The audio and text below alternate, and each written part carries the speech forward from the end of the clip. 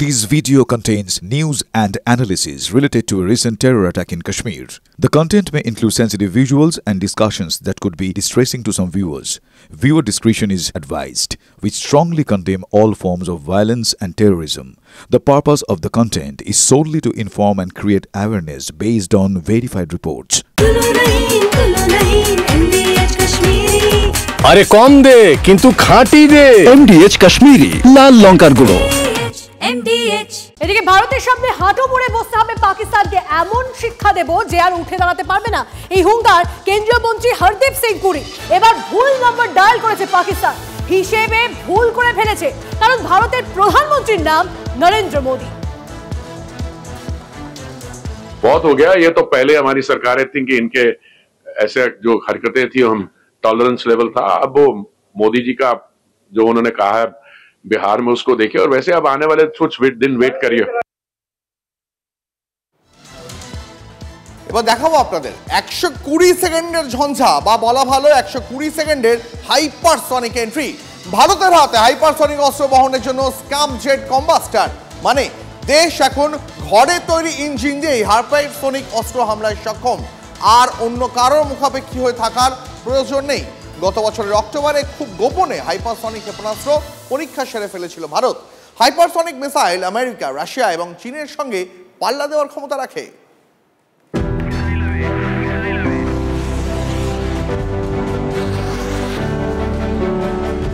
সবকিছু ঠিকঠাক চললে 2025 সালের শেষেই হাতে আসতো আরও একটা ব্রহ্মাস্ত্র দুনিয়ার তৃতীয় দ্রুততম সুপার হাইপারসনিক মিসাইল ব্রহ্মাস শক্তি অন্য নাম ব্রহ্মাস 2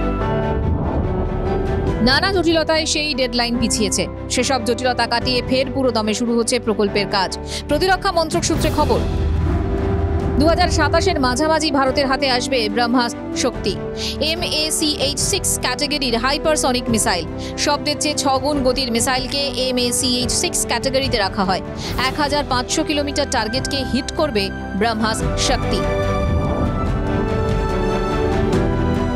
হাইপারসনিক মিসাইল ছুঁড়তে প্রয়োজন বিশেষ ধরনের লঞ্চ প্যাড ও ভেহিকলস সেটাও ভারতের হাতে রয়েছে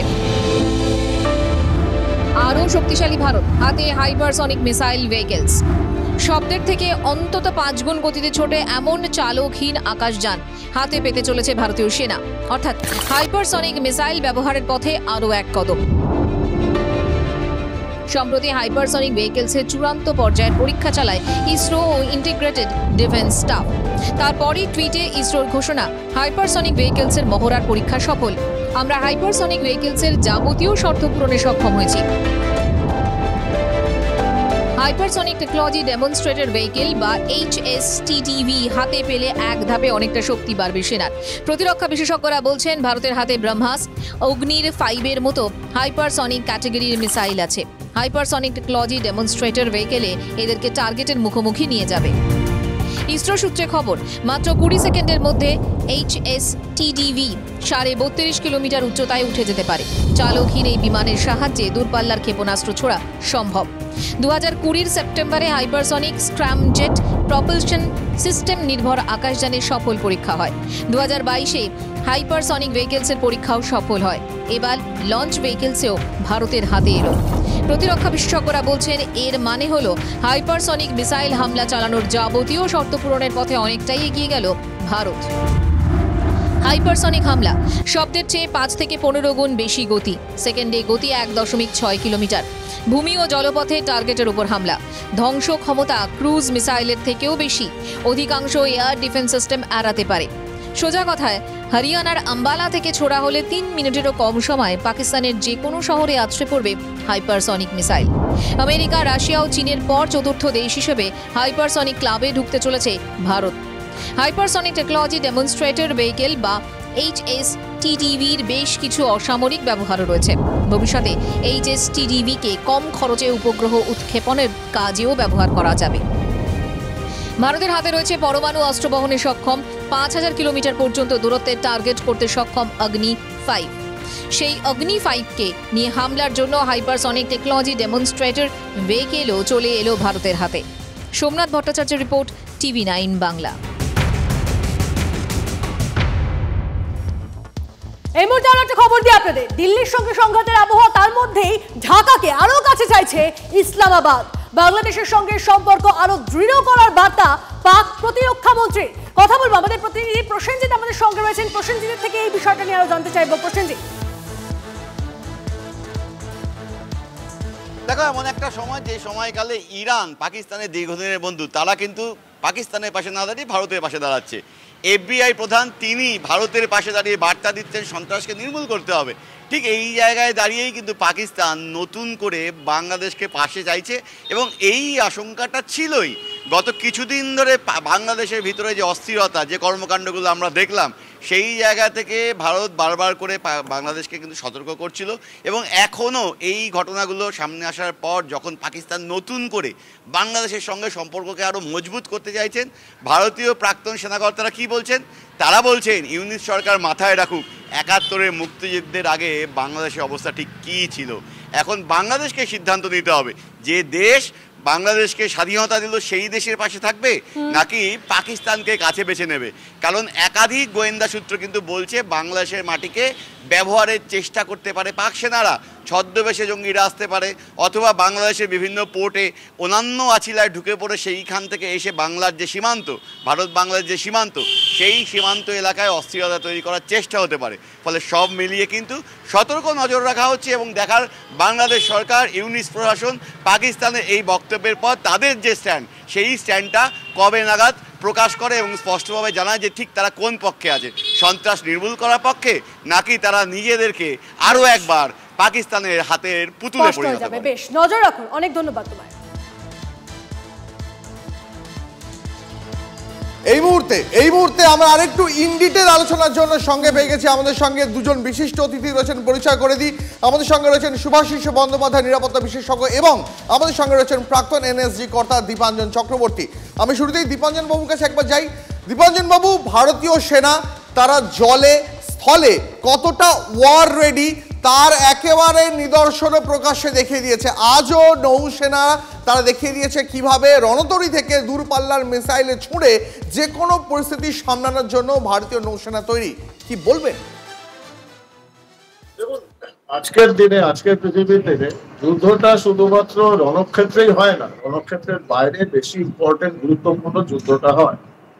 এবং যা অবস্থা পাকিস্তানের অর্থনীতি, আমার মনে হয় না যে পাকিস্তান কোনো ক্রমে যদি ভারতবর্ষের সঙ্গে সরাসরি যুদ্ধে লিপ্ত হয় ৪৮ ঘন্টার বেশি যুদ্ধ কন্টিনিউ করতে পারে, কারণ সে অর্থনীতি বন্দোবস্ত নেই।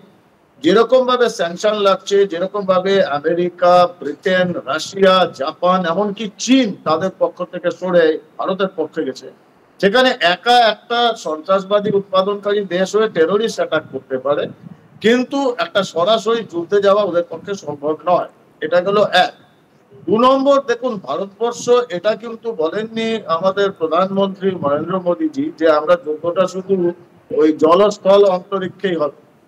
বলা হয়েছে যে আমরা শাস্তি দেব, অকল্পনীয় শাস্তি হবে, আর মিট্টি মে মিলাবে, তার জন্য যা যা করার তাই হবে, যাতে ওই ইন্দাস সিন্ধু নদীর জল বন্ধ করে দেওয়া বা পিওকেতে ভাসিয়ে দেওয়া, অথবা এই শুনেছেন বোধহয় যে ব্যাংক অফ পাকিস্তান হ্যাক হয়ে গেছে, পাকিস্তানের ইন্টারনেট সিস্টেম, রেলওয়ে, টেলিকমিউনিকেশন সমস্ত হ্যাক হচ্ছে, বিভিন্ন জায়গা থেকে অনেক কিছু হবে। সেই অবস্থায় পাকিস্তান সরাসরি যুদ্ধ করার হিম্মত নেই, এবং যদি সে ভুল করেও ফেলে, নিউক্লিয়ার ওয়েপন ব্যবহারের কথা ছেড়ে দিন, আমি ওদের ভিতর নই। এবং তাহলে পাকিস্তান বলে আর কোনো ভূখণ্ডের অস্তিত্বই থাকবে না। এমনি যুদ্ধ যদি করার হিম্মত দেখায় পাকিস্তান, ৪৮ ঘন্টার বেশি টিকতে পারবে না, এবং ভারতের পতাকা খুব তাড়াতাড়ি তাহলে রাওয়ালপিন্ডি বা লাহোরে বা করাচিতে উঠবে। একেবারে। দীপাঞ্জন বাবু, আমাদের সঙ্গে থাকুন, আমি আপনার কাছে আবার আসবো। এই মুহূর্তে আমাদের সঙ্গে সুভাষিস বন্দ্যোপাধ্যায়, নিরাপত্তা বিশেষজ্ঞ, তিনিও রয়েছেন। সুভাষিস বাবু, এই যে আমরা দেখছি যে পাকিস্তান একের পর এক আস্ফালন তাদের শোনা যাচ্ছে, তারা বলছে সিন্ধুতে যদি জল বন্ধ হয় তাহলে একের পর এক নাকি মিসাইল তাক করে রয়েছে ভারতের দিকে। এটা কতটা হাস্যকর? দেখুন, প্রথম কথা, একটা জিনিস পাকিস্তানের বোঝা উচিত, the time for press conferences are over. মাইকের সামনে বসে যুদ্ধ জেতা যায় না, মাইকের সামনে বসে যুদ্ধ হয়ও না। আর দ্বিতীয় কথা হচ্ছে, ভারতবর্ষ যেই ওয়ারফেয়ারটা আজকের ডেটে তৈরি করছে, সেই ওয়ারফেয়ারটা বলতে পারেন পৃথিবীতে প্রথম এই ওয়ারফেয়ারের অ্যাপ্লিকেশন হচ্ছে ডাইরেক্টলি ইন অর্গানিক ওয়ে, সেটা হচ্ছে ক্লাইমেট ওয়ার।